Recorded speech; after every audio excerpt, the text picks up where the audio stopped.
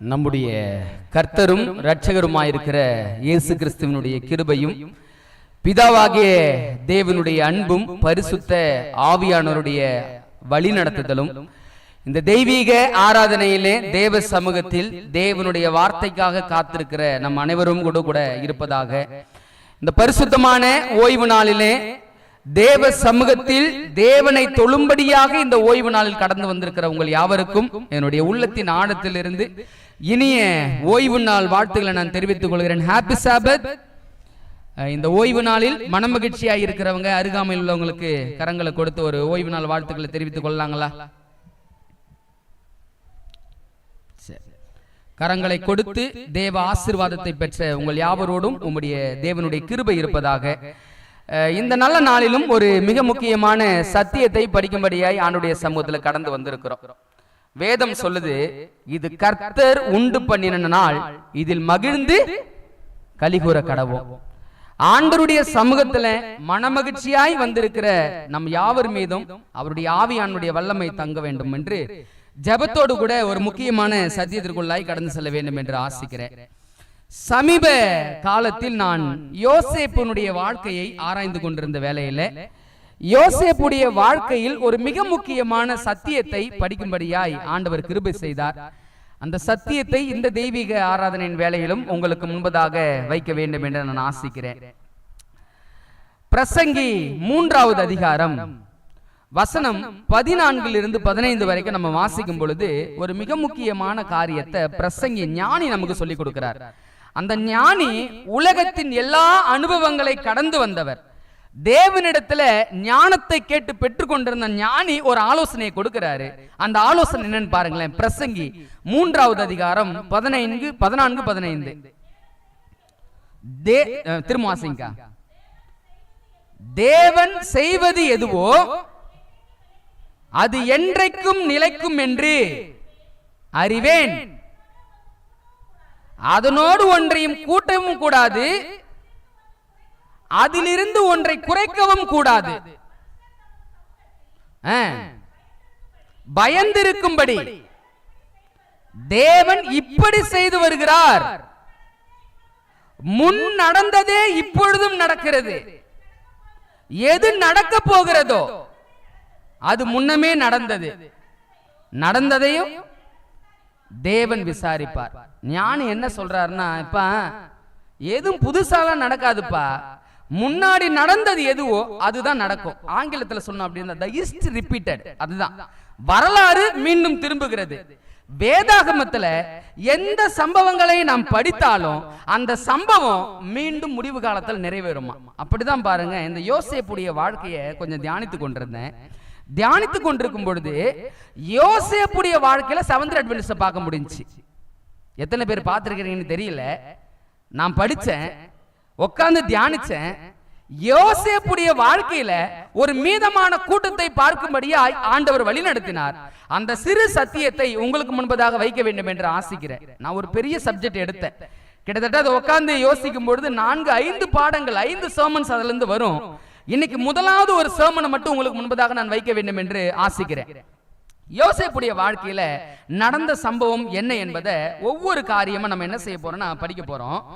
வேதாகமத்துல யோசேப்பின் சம்பவம் என்று வருகிற பொழுது முதலாவது எங்க துவங்குதுன்னு பாருங்களேன். ஆதியாகம புஸ்தகம். ஆதியாகம புஸ்தகத்துக்கு வருவோம் அப்படின்னா யோசேப்பை குறித்து ஆண்டவர் முதலாவது எங்க துவங்குறாரு அதை வாசிப்போம். 37வது அதிகாரம். ஆதியாகமம் 37வது அதிகாரம். இந்த 37வது அதிகாரத்துல வசனம் 1 நான் வாசிக்கிறேன். கவனத்தோடு கவனிங்க. சில கேள்விகளை கேட்க போறோம். அந்த கேள்விகளுக்கு எடுத்து சத்தியத்தை படிக்க போறோம். யாக்கோபு தன் தகப்பன் தங்கி இருந்த கானான் தேசத்திலே குடியிருந்தான். யாக்கோபுடைய சந்ததியின் வரலாறு. யோசேப்பு 17 வயதிலே தன் சகோதரனுடனே ஆடுகளை மேய்த்து கொண்டிருந்தான். அந்த இளைஞன் பில்கால் சில்பால் என்னும் தன் தகப்பனுடைய மறுமனையாட்டிகளின் குமாரரோடு இருந்து அவர்களுடைய துன்மார்க்கத்தை தன் தகப்பனுக்கு சொல்லி வருவான். அடுத்த வார்த்தை, இஸ்ரவேலின் முதிர் வயதிலே யோசேப்பு தனக்கு பிறந்ததினால் இஸ்ரவேல் தன் குமாரர் எல்லாரிலும் அவனை அதிகமாய் நேசித்து அவனுக்கு பல வருணமான அங்கியை செய்வித்தான். யோசேப்பை அறிமுகப்படுத்தும் போது இப்படிதான் வேதம் அறிமுகப்படுத்துகிறது. தன் சகோதரரோடு கூட ஆடுகளை மேய்த்து கொண்டிருந்த யோசேப்புக்கு ஆண்டவர் கொடுத்த அனுகிரகம் என்ன? இந்த யோசேப்புடைய வாழ்க்கையில நீங்களும் நானும் படித்துக் கொள்ள வேண்டிய பாடம் என்ன என்பதை 2 பாயிண்ட் தான் படிக்க போறோம். அதுல 2 பாயிண்ட்ல சில மிக முக்கியமான கருத்துக்களை சொல்றேன், ரொம்ப கவனமா கவனிங்க. யோசேப்புக்கு அநேக சகோதரர்கள் இருந்தாங்க. யோசேப்புக்கு மொத்தம் எத்தனை சகோதரர்களுங்க? 11 சகோதரர்கள். இவரோட சேர்த்து எத்தனை பேரு? 12 பேர். அப்ப யோசேப்பு அநேக சகோதரர்களோடு பிறந்த ஒருவர் என்பதை முதலாவது நம்ம புரிஞ்சுக்கணும். இரண்டாவது, ஒரே தகப்பன் தான், எல்லோருக்கும் ஒரே தகப்பன் தான், ஆனால் தாய்மார்கள் வெவ்வேறு நபர்கள் இல்ல. அதுல உதாரணமா பாருங்களேன், ஆதியாகமம் 30வது அதிகாரத்துக்கு வந்தோம் அப்படின்னா, லேயாள், பில்காள், சில்பாள், ராகேல், மொத்தம் எத்தனைங்க? 4 மனைவிகள் இல்ல. இந்த 4 மனைவிகளுக்கு 12 பிள்ளைகள் பிறந்தாங்க. இதுல லேயாளுக்கு எத்தனை பிள்ளைங்க? 6 பிள்ளைங்க இல்ல. அடுத்தது பில்காலுக்கு 2 பிள்ளைங்க, சில்பாளுக்கு 2 பிள்ளைங்க, ராகேலுக்கு 2 பிள்ளைங்க. அதுல லேயா, அந்த லேயாளுடைய 6 பிள்ளைங்க யார் யார் அப்படின்னா, ரூபன், சிமியோன், லேவி, யூதா, இசக்கர், செபுலோன். இவங்க எல்லாம் லேயாளுடைய பிள்ளைங்க, 6 பிள்ளைங்க. இதை தாண்டி பில்காலுக்கு 2 பிள்ளைங்க இருந்தாங்க. அந்த 2 பிள்ளைங்க யார் யார் அப்படின்னா, தான், நப்தலி. இந்த 2 பேரும் பில்காலுடைய பிள்ளைங்க. சில்பாலுக்கு 2 பிள்ளைங்க இருந்தாங்க. அந்த சில்பாலுடைய பிள்ளைகள் யார் யார் அப்படின்னா, காத், ஆசேர். இவங்க எல்லாம் யார் அப்படின்னா சில்பாலுடைய பிள்ளைங்க. ராகேலுக்கு 2 பிள்ளைங்க பிறந்தாங்க. அந்த ராகேலுடைய 2 பிள்ளைகள் யார் யார் அப்படின்னா, ஒன்று யோசேப்பு, மற்றொருவர் பென்யமின் இல்ல. அப்ப ஒரே தகப்பன், வெவ்வேறு தாய்கள். இந்த பாயிண்ட்லாம் நீங்க மனசுல வச்சுக்கணும். இது எப்படி ஆண்டவர் கனெக்ட் பண்ணி கொடுக்கிறார் என்பதை புரிஞ்சுக்க முடியும். ஒரே தகப்பன், யோசேப்பு அநேக சகோதரரோடு பிறந்தவன், இவர்களுக்கெல்லாம் ஒரே தகப்பன் தான், ஆனா தாய்மார்கள் வெவ்வேறு தாய்மார்கள் என்பதை வேதம் பதிவு செய்யுது. இதை தாண்டி யோசேப்ப வேதாகமத்துல வாசிக்கிறோம், அவங்க சகோதரர்லாம் அதிகமா நேசிச்சாங்களா வெறுத்தாங்களா? வெறுத்தார்கள் இல்ல. 11 பேரும் ஒரு பக்கம், இங்க ஒருத்தவன். இந்த 11 பேர்ல யோசேப்பு மாத்திரம் வெறுக்கப்பட்ட ஒரு சூழ்நிலையை வேதாகமத்தை வாசிக்கும் போது நம்ம பார்த்துக்கிட்டே இருக்க முடியுது. எனக்கு ஒரு சந்தேகம் எழுந்துச்சு. சந்தேகம் என்ன அப்படின்னா, ஆண்டவரே எல்லா சகோதரர்கள் தான், ஆனா யோசேப்பை வெறுப்பதற்கான காரணம் என்ன அப்படின்னு சொல்லி ஒரு காரியத்தை நான் தேடி படிக்க ஆரம்பிச்சேன். அதே 37வது அதிகாரத்துல யோசேப்பை வெறுத்ததற்கான காரணத்தை ஆவியானவர் அங்கதான் வைத்திருக்கிறார். என்ன காரியம்? 37வது அதிகாரத்துல வசனம் 2 வாசிக்கிற முதல் காரணத்தை வேதாகமம் சொல்லி கொடுக்குது. என்ன காரணம் பாருங்களேன். யாக்கோபுடைய சந்ததியின் வரலாறு. யோசேப்பு 17 வயதிலே தன் சகோதரனே ஆடுகளை மேய்த்து கொண்டிருந்தான். அந்த இளைஞன் பில்கால், சில்பால் எனும் தன் தகப்பனுடைய மறுமனையாட்டிகளின் குமாரரோடு இருந்து, அடுத்த வார்த்தை என்னங்க, அவர்களுடைய துன்மார்க்கத்தை தன் தகப்பனுக்கு சொல்லி வருவான். இந்த சம்பவம் என்ன சொல்லி கொடுக்குது அப்படின்னா, யோசேப்பை மற்ற சகோதரர்கள் வெறுப்பதற்கான காரணம், மற்ற சகோதரர்கள் எல்லாம் எப்படிப்பட்ட வாழ்க்கையை வாழ்ந்து கொண்டிருக்கிறாங்க? துன்மார்க்கமான வாழ்க்கையை வாழ்ந்து கொண்டிருக்கிறாங்க. அப்ப துன்மார்க்கமான வாழ்க்கையை வாழ்ந்து கொண்டிருக்கும் பொழுது யோசேப்பு தன் சகோதரர்களுக்கு காவலாளி. நம்ம ஏற்கனவே ஒரு சத்தியம் படிச்சோம். ஏன் யோசேப்புக்கு பல வர்ணம் அங்கி கொடுக்கப்பட்டது அப்படின்னா, அந்த குடும்பத்துக்கு ஆசாரியனாய் தகப்பன் யாரை நியமிச்சார் அப்படின்னா யோசேப்பை தான் நியமிச்சார். அந்த சத்தியத்தை ஏற்கனவே படிச்சிருக்கிறோம். அதன் அடிப்படையில் இந்த சகோதரர்கள் எல்லாம் துன்மார்க்கமான ஒரு வாழ்க்கையை வாழ்ந்து கொண்டிருக்கிறாங்க. அதற்கு மறுபுறம் யோசேப்பு எப்படிப்பட்டவராய் இருந்திருக்கிறார் என்ற ஒரு கேள்வி நம்ம யோசிப்போம் அப்படின்னா, யோசேப்பு தன் தகப்பனுடைய சொல்லுக்கு கீழ்ப்படிந்து வாழ்கிற ஒரு வாழ்க்கையை வாழ்ந்தார். புரியுற மாதிரி எளிமையா அந்த வார்த்தையை சொல்லணும் அப்படின்னா, யோசேப்பு தகப்பனுடைய கட்டளைக்கு கீழ்ப்படிஞ்சவர். ஆனால் மற்ற சகோதரர்கள் துன்மார்க்கமான வாழ்க்கையை வாழ்றாங்க அப்படின்னா அவங்க யாருடைய கட்டளைக்கு கீழ்ப்படியல? தகப்பனுடைய கட்டளைக்கு கீழ்ப்படியல. இந்த வார்த்தை ரொம்ப கவனமா கவனிச்சுக்கங்க. யோசேப்பு தன் தகப்பனுடைய கட்டளைக்கு கீழ்ப்படிந்து வாழ்கிற மனிதன். ஆனால் மற்ற சகோதரர்களோ தகப்பனுடைய கட்டளைக்கு கீழ்ப்படியாமல் துன்மார்க்கமான வாழ்க்கையை வாழ்ந்தவர்கள். முதல் காரணம் ஏன் யோசேப்பை வெறுத்தாங்க அப்படின்னா, நாங்க எல்லாம் ஒரு பரத்துல இருக்கிறோம், இவன் மட்டும் வித்தியாசமா இருக்கிறானே. நாங்க தவறு செய்யறோம், எங்களோடு இவனு சேர்ந்து தவறு செய்தா சந்தோஷமா இருக்கும். ஆனா நாங்க தவறு செய்யும் போது இவன் என்ன பண்ணிடுறான், பார்த்து தகப்பன் கிட்ட கொண்டு போய் சொல்லிடுறானே அப்படின்னு சொல்லக்கூடிய ஒரு சூழ்நிலை யோசேப்புடைய சகோதரர்களுக்கு மத்தியில் இருந்துச்சு. யோசேப்பை வெறுத்ததற்கு முதல் காரணம், இவன் தன் தகப்பனுடைய கட்டளைக்கு கீழ்ப்படுகிறவன், இவர்களோ தகப்பனுடைய கட்டளைக்கு கீழ்ப்படியாமல் துன்மார்க்கமான வாழ்க்கையை வாழ்ந்தவர்கள் என்ற முதல் காரணத்தை பார்த்துக்கிறோம். யோசேப்பை வெறுத்ததுக்கு இரண்டாவது காரணம், ஒரு காரணம் இருக்குது, ரொம்ப கவனத்தோடு கவனிங்க. யோசேப்பு துன்மார்க்கமான காரியங்களை சொல்லி வருவான், சகோதரர்கள் ஆடுகளை மேய்த்து கொண்டிருக்கிறாங்க. தகப்பன் என்ன சொல்லி யோசேப்பு அனுப்புறாரு என்பதை ஒரு கணம் வாசிக்கலாங்களா, பாருங்களேன். யோசேப்பு தன் தகப்பன் என்ன சொல்லி அனுப்பி வைக்கிறார் அப்படி என்பதை கொஞ்சம் வாசிப்போம் பாருங்க. வசனம் 4 இருந்தே வாசிக்கிறேன். அவனுடைய சகோதரர் எல்லாரிலும் அவனை தங்கள் தகப்பன் அதிகமாய் நேசிக்கிறதை அவன் சகோதரர்கள் கண்டபோது அவனை பட்சமாய் பேசாமல் அவனை பகைத்தார்கள். யோசேப்பு ஒரு சொப்பனம் கண்டு அதை தன் சகோதரருக்கு அறிவித்தான். அது நிமித்தம் அவனை இன்னும் அவர்கள் அதிகமாய் பகைத்தார்கள். ஏற்கனவே இவன் தான் அப்பாவுடைய கட்டளைக்கு கீழ்ப்படுகிறவன், இவன் துன்மார்க்கத்தை எல்லாம் சொல்லிவிட்டுறான், அதனால பகைத்தார்கள். இப்ப இரண்டாவது ஒரு காரணம் வருது. அந்த இரண்டாவது காரணம் என்ன அப்படின்னா, யோசேப்பு எதை கண்டாரா, ஒரு சொப்பனம் கண்டார். இப்ப சொப்பனத்தை கண்டவர் அமைதியா இருந்துட்டா பரவாயில்ல, அந்த சொப்பனத்தை போய் யார்கிட்ட சொல்லிடுறாரு, சகோதரர்கிட்ட சொல்லிடுறாரு. சகோதரர்கிட்ட சொன்னதுனால சகோதரர்கள் முன்பை போல இப்ப அதிகமா அவர்கள் என்ன பண்ணிட்டாங்களாம், பகைத்தார்கள். இப்ப என்ன நடக்குதுன்னு பாருங்களேன். வசனம் 7 அந்த சொப்பனம் என்ன என்பதை சொல்லிட்டாரு. அதை சொல்லும் போது அவங்க கேட்கறாங்க, ஓஹோ நீ எங்க மேல துரத்தனம் பண்ண போறியோ, நீ எங்களை ஆளுகை செய்ய போறியோ அப்படின்னு கேட்கறாங்க. அது முடிஞ்சதுக்கு அப்புறம் என்ன நடக்குதுன்னு பாருங்களேன். வசனம் 10 இருந்து நான் வாசிக்கிறேன். இதை அவன் தன் தகப்பனுக்கும் தன் சகோதரருக்கும் சொன்னபோது அவன் தகப்பன் அவனை பார்த்து, நீ கண்ட இந்த சொப்பனம் என்ன, நானும் உன் தாயாரும் உன் சகோதரரும் தரை மட்டும் குனிந்து உன்னை வணங்க வருவோமோ என்று அவனை கடிந்து கொண்டான். அவன் சகோதரர் அவன் மேல் பொறாமை கொண்டார்கள். அவன் தகப்பனோ அவன் சொன்னதை மனதிலே வைத்துக் கொண்டான்.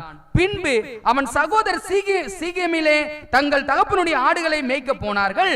அப்பொழுது இஸ்ரவேல் யோசேப்பை நோக்கி, உன் சகோதரர் சீகேமிலே ஆடுகளை மேய்க்கிறார்கள் அல்லவா, உன்னை அவர்களிடத்தில் அனுப்ப போகிறேன், வா என்றான். அவன் இதோ போகிறேன் என்றான். அப்பொழுது அவன், நீ போய் உன் சகோதரருடைய சேமம் எப்படி என்றும் ஆடுகள் எப்படி இருக்கிறது என்றும் பார்த்து எனக்கு மறு செய்தி கொண்டு வா. தகப்பன் தன் சகோதரர்லாம் ஆடுகளை மேய்த்து கொண்டிருக்கிறார், அங்க அனுப்பி விடுறாரு. என்ன சொல்லி அனுப்புறாரு அப்படின்னா, உன் சகோதரர்கள் சேமமா இருக்கிறாங்களா, நல்லா இருக்கிறாங்களா, ஆடுகள் எல்லாம் நல்லா இருக்குதான்னு நீ போய் பார்த்துட்டு வா அப்படின்னு சொல்றாரு. யோசேப்பும் அவர்களை கண்காணிக்கும்படியாய் போறார், பார்த்துட்டு வரதுக்கு போறார். அவர் போய் பார்க்கிறாரு, ஆடுகள் மேய்க்கிற இடத்துல அவங்க இல்ல. அங்க ஆடுகளை மேய்த்து கொண்டிருக்கிற ஒரு மனுஷன் கிட்ட கேட்கிறாரு, யாரை தேடுற, என் சகோதரர்களை தேடுறேன், அவங்க சகோதரர்கள் ஆடுகளை ஓட்டி கொண்டு போயிட்டாங்க, நீ அங்க போய் பாரு அப்படின்னு சொல்றாரு. இப்ப யோசேப்பு அவர்களை தேடிக்கொண்டு போறாரு. சகோதரர்கள் என்ன வார்த்தையை சொல்றாங்கன்னு கவனமா கவனிங்க, ரொம்ப மிக முக்கியமான வார்த்தை. எங்க இருந்து வாசிக்க போறோம் அப்படின்னா, வசனம் 18 இருந்து பாருங்க. அவர்கள் அவனை தூரத்தில் வர கண்டு அவன் தங்களுக்கு சமீபமாய் வரும் முன்னே அவனை கொலை செய்யும்படி சதியோசனை பண்ணி, அடுத்த வார்த்தை, ஒருவரை ஒருவர் நோக்கி, இதோ சொப்பனக்காரன் வருகிறான். யோசேப்புக்கு என்ன பேர் கொடுத்தாங்க, சொப்பனக்காரன். யோசேப்பு எதை சொன்னாரு, பின்னாடி நடக்க போற சம்பவத்தை முன்கூட்டியே சொப்பனத்தின் மூலமாய் ஆண்டவர் யோசேப்புக்கு கொடுத்தாரு. யோசேப்பு அதை வாங்கிக்கிட்டு வச்சிட்டு அதை யாருக்கு அறிவிக்கிறார், சகோதரர்களுக்கு அறிவிக்கிறார். யோசேப்பை வெறுத்ததற்கு இரண்டாவது காரணம் சொப்பனம். நடைபெற போகிறதை முன்கூட்டியே அறிவிச்சாரு பாருங்க. தேவன் அந்த தாளத்தை கொடுத்தாரு பாருங்க, தேவன் அந்த ஆசீர்வாதத்தை கொடுத்தாரு பாருங்க. சொல்றான், இதோ வராம்பர் சொப்பனக்காரன், அவனை கொன்றுட்டா எப்படி அந்த சொப்பனம் நிறைவேறுகிறது என்பதை நம்ம என்ன பண்ணிடுவோம், பார்த்துருவோம். யோசேப்பை வெறுத்ததற்கு இரண்டு காரணம். ஒன்று, தன் தகப்பனுடைய கட்டளைக்கு கீழ்ப்படுகிறவனா யோசேப்பு இருந்தான், இவங்களோ துன்மார்க்கமான வாழ்க்கையை வாழ்ந்தாங்க.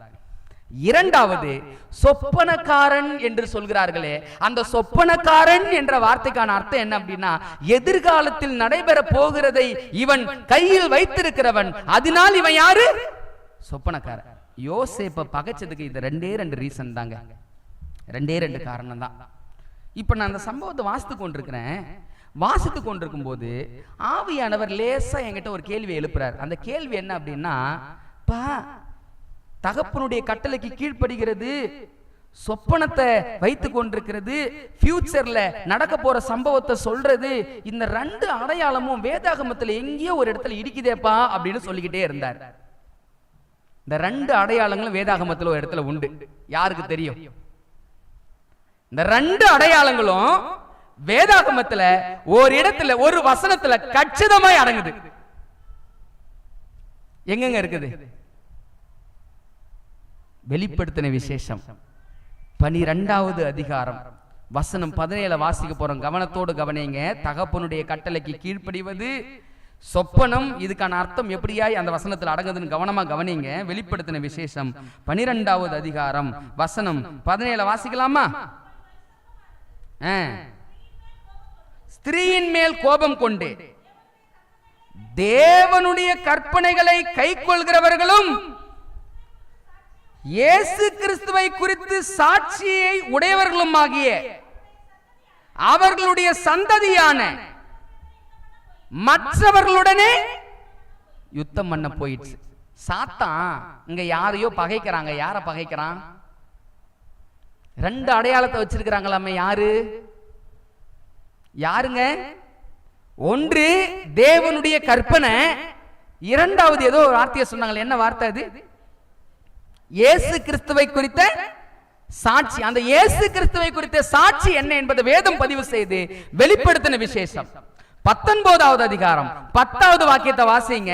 அந்த இயேசுவை பற்றின சாட்சினா என்ன? அப்பொழுது அவனை வணங்கும்படி அவனுடைய பாதத்தில் விழுந்தேன். அவன் என்னை நோக்கி, இப்படி செய்யாதபடிக்கு பார், உன்னோடும் இயேசுவை குறித்து சாட்சியிட்ட உன் சகோதரரோடு கூட நானும் ஒரு ஊழியக்காரன். தேவனை தொழுது கொள். இயேசுவை பற்றின சாட்சி தீர்க்க தரிசனத்தின் ஆவியாயிருக்கிறது. யோசேப்பு எந்த வரமுடையவராயிருந்தாரு? தீர்க்க தரிசன வரமுடையவராயிருந்தார். யோசேப்பு தகப்பனுடைய கட்டளைக்கு கீழ்ப்படிந்தவர். இரண்டாவது சொப்பனக்காரன், தீர்க்க தரிசன வரமுடையவராயிருந்தார். இப்ப இந்த இரண்டு அடையாளங்களும் யாருக்கு இங்க பொருந்தும்? யாருக்கு பொருந்தும்? யார் இந்த இரண்டு அடையாளங்களை வைத்திருக்கிறவங்க? தேவனுடைய கற்பனைகளையும் இயேசுவை பற்றிய சாட்சி உடையவர்கள் அப்படின்னு சொல்றாங்களே. யார் இந்த கூட்டம்? யாருங்க இந்த கூட்டம்? இல்ல, செவன்த் டே அட்வென்டிஸ்ட் திருச்சபை, மீதமான திருச்சபை. நல்ல கவனத்தோடு கவனிக்கணும். இரண்டு அடையாளங்கள் எப்படி கனக்கச்சிதமாய் யோசேப்புடைய வாழ்க்கையில இருந்துச்சோ, அதே அடையாளம் முடிவு காலத்துல ஒரு கூட்டத்துக்கிட்ட இருக்குது. அங்க தகப்பனுடைய கட்டளைக்கு கீழ்ப்படிந்தவர் யோசேப்பு, சொப்பனத்தை உடையவர் யோசேப்பு. அப்படின்னா இந்த முடிவு காலத்துல அதே போல தேவனுடைய கற்பனைகளை கடைபிடிக்கிற கூட்டம், தீர்க்க தரிசன ஆவி வைத்திருக்கிற கூட்டம். தீர்க்க தரிசன ஆவி என்பது என்ன தெரியுங்களா? ஃபியூச்சர்ல நடக்க போற ஒவ்வொரு சம்பவத்தையும் ஆண்டவர் யாருடைய கரத்துல கொடுத்து வச்சிருக்கிறார் தெரியுங்களா? இந்த திருச்சபையினுடைய கரத்துல கொடுத்து வச்சிருக்கிறாருங்க. இந்த திருச்சபையில ஒரு தீர்க்கதரிசி இருக்கிறாங்க. அந்த தீர்க்கதரிசி என்னென்ன காரியங்கள் வருங்காலங்களில் நடக்க போகிறது என்பதை அவங்க லிஸ்ட் போட்டு ஆண்டவர் என்ன கொடுத்தாரோ அதன் அடிப்படையில் வைத்திருக்கிறாங்க. சண்டேலாம் வரப்போகுது. யார் சொன்னது? தீர்க்கதரிசி தான் சொன்னாங்க. யாக்கோபின் இக்கட்டு காலம் வரப்போகிறது. யார் சொல்றது? தீர்க்கதரிசி தான் சொல்லி இருக்கிறாங்க. இது எல்லாம் எப்படி கிடைத்தது அப்படின்னா, தீர்க்க தரிசனத்தின் ஆவியை உடைய திருச்சபை எது அப்படின்னா இந்த மீதமான திருச்சபை. அப்ப நல்லா கவனமா கவனிக்கணும். அன்னைக்கு யோசேப்பு கிட்ட இரண்டு அடையாளங்கள். ஒன்று தகப்பனுடைய கட்டளைக்கு கீழ்ப்படுகிற அனுபவம், இரண்டாவது சொப்பனக்காரன் என்ற அடையாளத்தை வைத்திருந்தான். அந்த அடையாளம் முடிவு காலத்துல யாருக்கு கனக்கச்சிதமாய் பொருந்துகிறது அப்படின்னா மீதமான திருச்சபை, செவன்த் டே அட்வென்டிஸ்ட் திருச்சபையில அந்த இரண்டு அடையாளங்களும் கனக்கச்சிதமாய் பொருந்துகிறது. சொல்லுங்க, முடிவு கால யோசேப்பு யாருங்க? முடிவு கால யோசேப்பு யாருங்க? நம்ம தான். செவன்த் அட்வென்டிஸ்ட் திருச்சபை தான் முடிவு கால யோசேப்பு. நாம் தான் முடிவு கால யோசேப்பு. அதுல எந்த மாற்று கருத்து இல்லை. கேள்வி, ஆண்டவர் யோசேப்பை தெரிந்தெடுத்ததற்கான காரணம் என்ன? யோசேப்பை தெரிந்தெடுத்ததற்கான காரணம் என்னங்க? நீங்க ஆதியாகமம் புத்தகத்தில் அந்த சம்பவம் எல்லாம் பலமுறை படிச்சிருக்கிறோம். யோசேப்பு தன் சகோதரர்களை சந்திக்கிறாரு. சந்திக்கும் போது அவருடைய சகோதரர்கள் எல்லாம் யோசேப்பு தான் என்று தெரிந்து மனவேதனைப்படக்கூடிய சூழ்நிலையில யோசேப்பு ஒரு வார்த்தையை சொல்றாரு. என்ன வார்த்தையை சொல்றாரு அப்படின்னா, நீங்க எனக்காக அழாதீங்க, நீங்கள் ஜீவரட்சணியம் செய்யும் பண்ணும்படி தேவன் முன்னமே என்னை எங்க அனுப்புனாரு? எகிப்துக்கு அனுப்புனார். நல்ல கவனத்தோடு கவனிக்கணும். முடிவு கால யோசேப்பு நீங்களும் நானும் அப்படின்னா, ஆண்டவர் ஏன் யோசேப்புகளாக உங்களை என்னை தேர்ந்தெடுத்தார்? யோசேப்புடைய வாழ்க்கையில ஒரு நோக்கம் இருந்துச்சு. அந்த நோக்கம் என்ன என்பதை நீங்கள் நானும் அறிந்திருக்கிறோமா? யோசேப்பை தேவன் முன்கூட்டியே அனுப்பினார் எகிப்துக்கு. ஏன் அனுப்பினார் அப்படின்னா, தன் சகோதரர்கள் ஒரு பஞ்சம் வரப்போகிறது, அந்த பஞ்ச காலத்தில் அவர்கள் பாழாக்கப்படக்கூடாது என்பதற்காக, அந்த பஞ்ச காலத்தில் அவர்களுக்கு தானியத்தை விளைவிப்பதற்காக தேவன் முன்கூட்டியே யார் அனுப்புறாரு? யோசேப்பு அனுப்புறார்.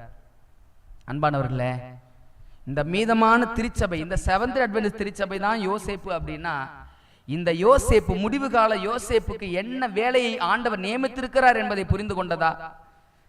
இந்த மீதமான திருச்சபை இந்த முடிவு காலத்துல தனக்காக நியமித்திருக்கிற பொறுப்பு என்ன என்பதை அறிந்திருக்கிறதுங்களா?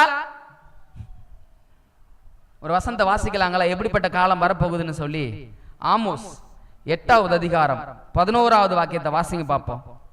எப்படிப்பட்ட காலம் வரப்போகிறது என்பது ஆண்டவர் சொல்றாரு. ரொம்ப கவனத்தோடு கவனிப்போம். பாருங்க, இதோ நான் தேசத்தின் மேல் பஞ்சத்தை அனுப்பும் நாட்கள் வருகிறது. ஆகார குறைவினால் உண்டாகும் பஞ்சம் அல்ல,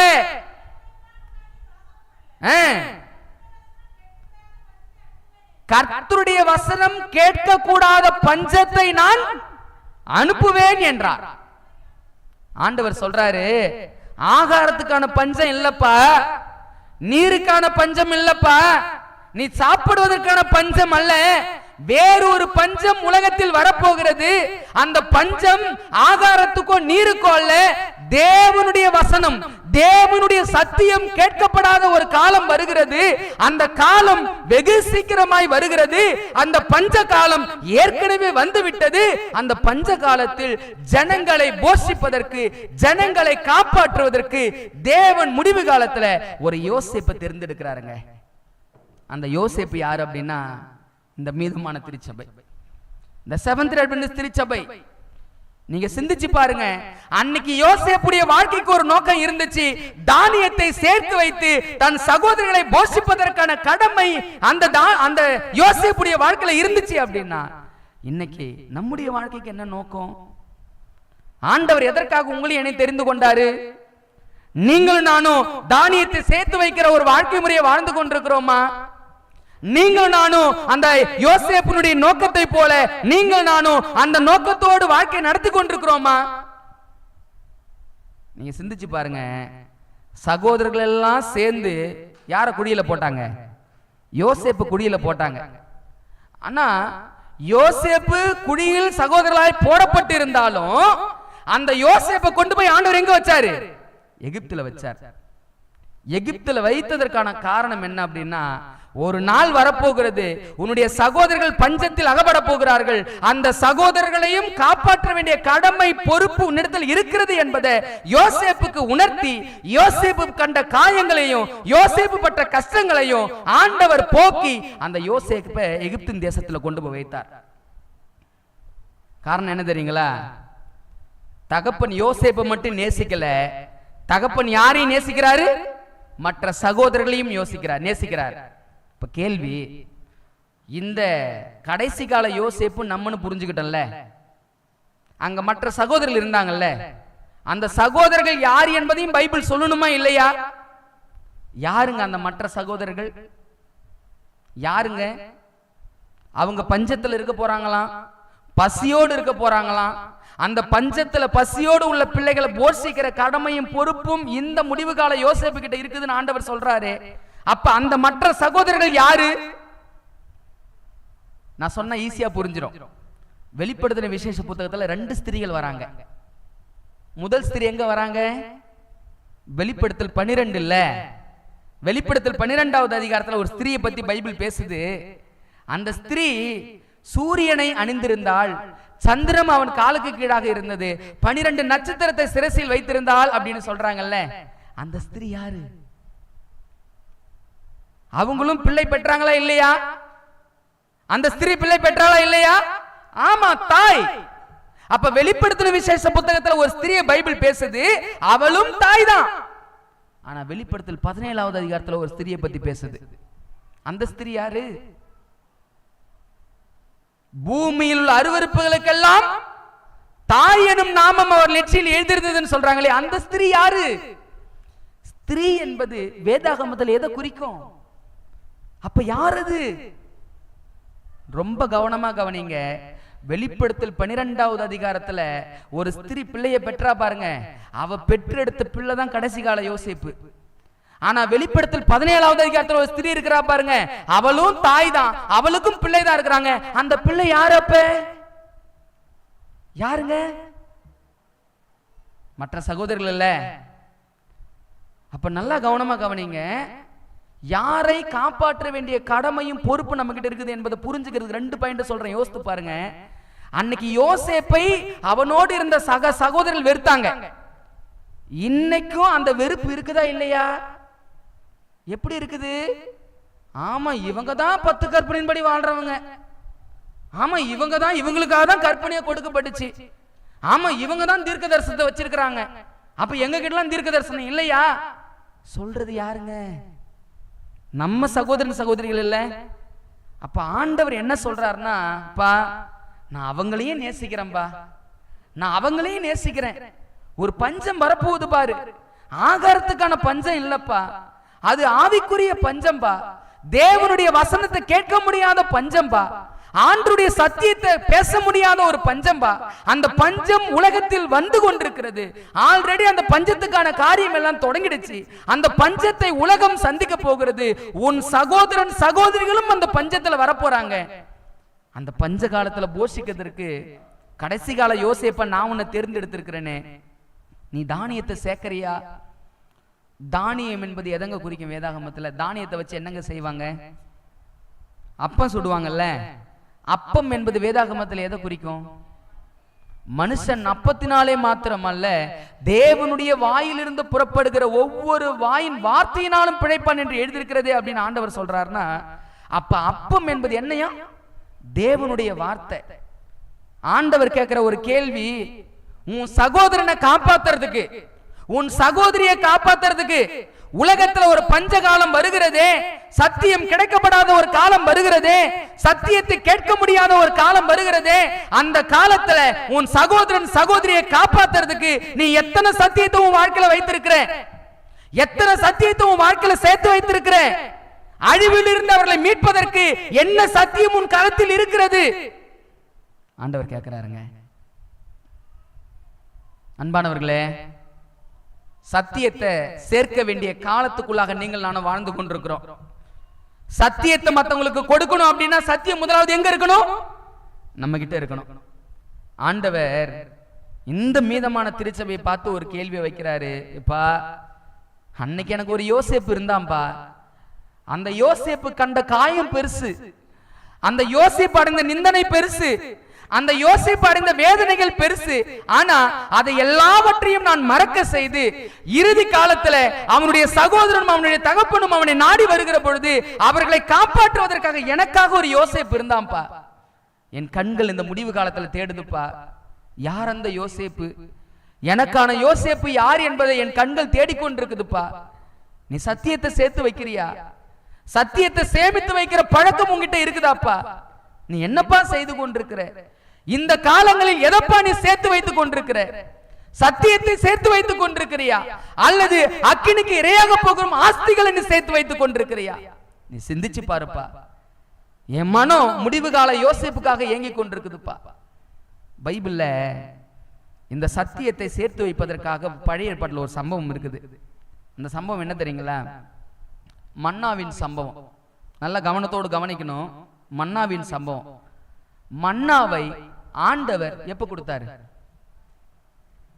எப்பங்க கொடுத்தாரு? வாரத்துல 7 நாளுங்க. எப்ப கொடுத்தாரு? 6 நாள் மன்னா பொழியும். 7வது நாள்ல பொழியுமா? நல்ல கவனத்தோடு கவனிங்க. ஆவியானவர் எப்படி இந்த கருத்தை கொண்டு வராருன்னு பாருங்க. 6 நாள் மன்னா பொழியும், 7வது நாள் மன்னா பொழியாது. 7வது நாள் மன்னாவுக்கு அவங்க என்ன செய்யணும்? சாப்பிடுறதுக்கு என்ன செய்யணும்? அந்த 6வது நாள் எடுத்து வச்சாங்க பாருங்க, அந்த மன்னாவை அந்த 7வது நாள்ல அவங்க என்ன பண்ணும்? புசிக்கணும். நீங்க நல்லா கவனமா கவனிங்க. 7ஆம் நாள் சபைக்கு வருகிற பொழுதெல்லாம் நம்ம மனசுல என்ன நினைச்சுக்கிட்டு வரோம்? இன்னைக்கு நமக்கு மன்னா கிடைக்கும், நம்ம போறோம், இன்னைக்கு சத்தியம் கிடைக்கும். நிச்சயமாய் ஆண்டவர் மன்னா கொடுப்பார், எந்த மாற்று கருத்தும் இல்லை. ஆனா ஆண்டவர் கேட்கறது என்ன தெரியுங்களா? நான் 7ஆம் நாள் மன்னா உனக்கு கொடுக்குறேன்பா, இந்த 6 நாள் சேமிச்சு வச்சல்ல அந்த மன்னா எங்கப்பா? நீ 7ஆம் நாள்ல மன்னா கிடைக்குன்னு ஆலயத்துக்கு வர, 6 நாள் நீ மன்னாவை தேடுவதே இல்லை உன் வாழ்க்கையில. 6 நாள் மன்னாவை சேர்த்து வைக்கிற அனுபவம் வாழ்க்கையில இல்லவே இல்லப்பா. 7ஆம் நாள் தான் ஆலயத்துக்கு வந்து மன்னாவை எதிர்பார்க்கிற. 7ஆம் நாள்ல மன்னாவை நீ எதிர்பார்க்காத. நீ 7ஆம் நாள்ல மன்னாவை எதிர்பார்க்கிற அப்படின்னா இந்த 6 நாள் நீ சேகரிக்க வேண்டிய காரியம் என்ன? சில நேரங்கள்ல இந்த 6 நாள் நம்ம பைபிள்ல சத்தியத்தை தியானிக்கிறது இல்லை, ஒன்றுமே செய்யறது இல்லை, எல்லாம் போன போக்கா போகுது. 7ஆம் நாள்ல போனா ஒரு சத்தியம் கிடைக்கும், அந்த ஒரு சத்தியம் போகுதுன்னு நினைக்கிறோம். ஆண்டவர் அதை விரும்புறதே இல்லை. ஆண்டவர் என்ன எதிர்பார்க்கிறார் அப்படின்னா, டோன்ட் எக்ஸ்பெக்ட் 7th டே மன்னா. 7ஆம் நாள்ல நீ மன்னாவை எதிர்பார்த்து வராதப்பா. 6 நாள் நீ சேர்த்து வைத்த மன்னா இருக்குது பாரு, அந்த மன்னாவை 7ஆம் நாள்ல கொண்டு வா. அந்த 7ஆம் நாள்ல அந்த மன்னாவை நீ புசி. ஆண்டவர் 6 நாட்களும் என்னை எப்படி நடத்தினார், 6 நாட்களும் தேவன் எவ்விதமா என்னை பயன்படுத்தினார், 6 நாட்களும் கர்த்தர் என்னை நடத்தின விதங்கள் என்ன என்பதை நினைத்து 7ஆம் நாளில் ஆண்டவருடைய ஆலயத்துக்கு வந்து அவரை மகிமைப்படுத்துகிற காரியத்தை தான் 7ஆம் நாள்ல செய்யணுங்களாம். கிறிஸ்துவுக்குள் அன்பானவர்களே, அன்னைக்கு இருந்த யோசேப்பு தன் சகோதரரை காப்பாற்றுவதற்காக 7 வருட பஞ்சம், அந்த 7 வருட பஞ்சத்திற்கு தானியத்தை சேர்த்தது போல இன்னைக்கு ஒரு பெரிய பஞ்சகாலம் இந்த உலகத்தில் வரப்போகிறதே. அந்த பஞ்ச காலத்தில் நம்ம சகோதரன் சகோதரிகளை காப்பாற்றுவதற்கு நம்ம என்ன மன்னாவை சேர்த்து வச்சிருக்கிறோம்? எந்த தானியத்தை சேர்த்து வைத்திருக்கிறோம்? நல்லா சிந்திச்சு பாருங்க. யோசேப்பு அந்த 7 வருஷமும் தனக்காக மாத்திரம் அவர் சேர்க்கல. அவர் தானியத்தை யாருக்காக தான் சேர்த்தாரு? மற்றவர்களுக்காக இல்ல. இன்னைக்கு நீங்கள் நானும் ஆண்டவருடைய சத்தியத்தை யாருக்காக சேர்த்து கொண்டிருக்கிறோம்? எவருக்காக சேர்த்து கொண்டிருக்கிறோம்? ஆண்டவருடைய உள்ளம் இந்த முடிவு காலத்துல யோசேப்புக்காக ஏங்கி கொண்டிருக்குதுங்க. முடிவு காலத்துல ஒரு யோசேப்பு இருக்கிறான். அந்த யோசேப்பு 2 அடையாளங்களை உடைய யோசேப்பு. அந்த யோசேப்பு தகப்பனுடைய கட்டளைக்கு கீழ்ப்படிஞ்சவர். அந்த யோசேப்பு சொப்பனக்காரன். அதே போல முடிவு காலத்துல ஒரு யோசேப்பு இருக்கிறாரு, அவரும் தேவனுடைய கட்டளைக்கு கீழ்ப்படுகிறவங்க, தீர்க்க தரிசன ஆவியை வாழ்க்கையில வைத்திருக்கிறவங்க. இந்த 2 யோசேப்புக்கும் ஒரு பெரிய நோக்கத்தை ஆண்டவர் உலகத்துல வச்சிருக்கிறாரு. அந்த பெரிய நோக்கம் இந்த உலகத்துல தானியத்தை சேர்த்து அழிவில் இருந்து ஆத்துமாக்களை காப்பாற்றுகிற பொறுப்பையும் கடமையும் இந்த 2 யோசேப்பு கிட்ட ஆண்டவர் கொடுத்திருக்கிறார். கிறிஸ்துவுக்குள் அன்பானவர்களே, அந்த யோசேப்பு நான் தான் அப்படின்னா உங்க கரங்களை விரிச்சு பாருங்க, உங்க மனதை திறந்து பாருங்க. எவ்வளவு தானியம் நீங்கள் நானும் சேகரித்து வச்சிருக்கிறோம்? எந்த தானியத்தை நீங்கள் நானும் சேகரித்து வைத்திருக்கிறோம்? கிறிஸ்துவுக்குள் அன்பானவர்களே, அன்னைக்கு ஒரு யோசேப்பை கொண்டு ஆண்டவர் அந்த அழிவில் இருந்து அவ்வளவு மக்களை காப்பாற்ற முடிந்தது அப்படின்னா இன்னைக்கு அந்த ஒரு யோசேப்புக்காக ஆண்டவருடைய உள்ளம் ஏங்கி கொண்டிருக்கிறது. ஏதோ கடமைக்காக 7ஆம் நாள் வரோம், ஆண்டவருடைய சமூகத்தில் உட்கார்றோம், கொடுக்கிற பொறுப்பை செய்யறோம். இதை ஆண்டவர் விரும்புறதே இல்லை. ஆண்டவருடைய விருப்பமும் பாரமும் என்ன அப்படின்னா 6 நாள் நீ மன்னாவை சேர்க்கணும்ப்பா, 7ஆம் நாள் நீ வா, 7ஆம் நாள் உனக்கு மன்னா கொடுப்பேன். ஆனா பிரச்சான மன்னா இல்ல. 6 நாள் நீ சேர்த்து வைத்ததை மனதில் போட்டு ஆண்டவர் சமூகத்துல நடத்தி வந்த விதங்களையும் கேட்ட சத்தியங்களையும் சேகரித்த மன்னாவையும் 7ஆம் நாளில் தியானித்து 7ஆம் நாளில் ஆண்டவர் சமூகத்துல உட்கார்ந்து ஆண்டவருக்கு நன்றி செலுத்துவதற்காக தான் இந்த 7ஆம் நாள். நீங்கள் நானும் சிந்திச்சு பார்ப்போம். எவ்வளவு தானியத்தை நீங்கள் நானும் சேர்த்து வைத்திருக்கிறோம், எவ்வளவு மன்னாவை நம் வாழ்க்கையில் வைத்திருக்கிறோம் என்பதை யோசித்து பார்ப்போம். கிறிஸ்துவுக்குள் அன்பானவர்களே, ஒருவனும் கிரியை செய்ய முடியாத ராக்காலம் வந்து கொண்டிருக்கிறது. கிறிஸ்து சொன்னாரு, ஒருவனும் கிரியை செய்ய முடியாது. எத்தனை பிரசங்கம் பண்ணாலும் சரி, எத்தனை வேத பாடம் கொடுத்தாலும் சரி, எத்தனை ஊழியம் செய்தாலும் சரி, ஆத்துமாக்களை காப்பாற்றப்பட முடியாத ஒரு காலம் வருகிறது. ஒருவனும் கிரியை செய்ய முடியாத ராக்காலம் வர்றதுக்கு முன்னாடி நீ தானியத்தை சேர்த்து வச்சுக்கப்பா. நீ தானியத்தை சேர்த்து வச்சுக்க. நீ தான்பா உலகத்தை காப்பாற்ற போறவன். உன் கையில தான்பா நான் பொறுப்பை கொடுத்திருக்கிறேன். செவன்த் அட்வென்டிஸ்ட் திருச்சபையே உங்ககிட்ட தான் பொறுப்பை நான் கொடுத்திருக்கிறேன். உலகத்துக்கு நித்திய சுவிசேஷத்தை அறிவிக்க வேண்டிய கடமையும் உங்ககிட்ட தான் இருக்குது. உலகத்தின் அழிவில் விரும்பிருக்கிற மக்களை காப்பாற்ற வேண்டிய கடமையும் உங்ககிட்ட தான் இருக்குது. நீ தான் கடைசி கால யோசிப்பு அப்படின்னா நீ என்ன செய்து கொண்டிருக்கிறாய் என்பதை யோசித்து பாரு என்பதுதான் ஆண்டவருடைய பாரங்க. அன்பானவர்களே, இந்த முடிவு கால யோசிப்பு நான் தான் அப்படின்னா நான் செய்து கொண்டிருக்கிற வேலை என்ன, நான் எதை சேர்த்து வைத்துக் கொண்டிருக்கிறேன் என்பதை சிந்தித்து பார்ப்போம். மீண்டும் ஒரு வாரத்தில் இதே போல சத்தியத்தை படிப்போம். கர்த்தர் தாமே நம் அனைவரையும் ஆசீர்வதிப்பாராக. ஆமென்.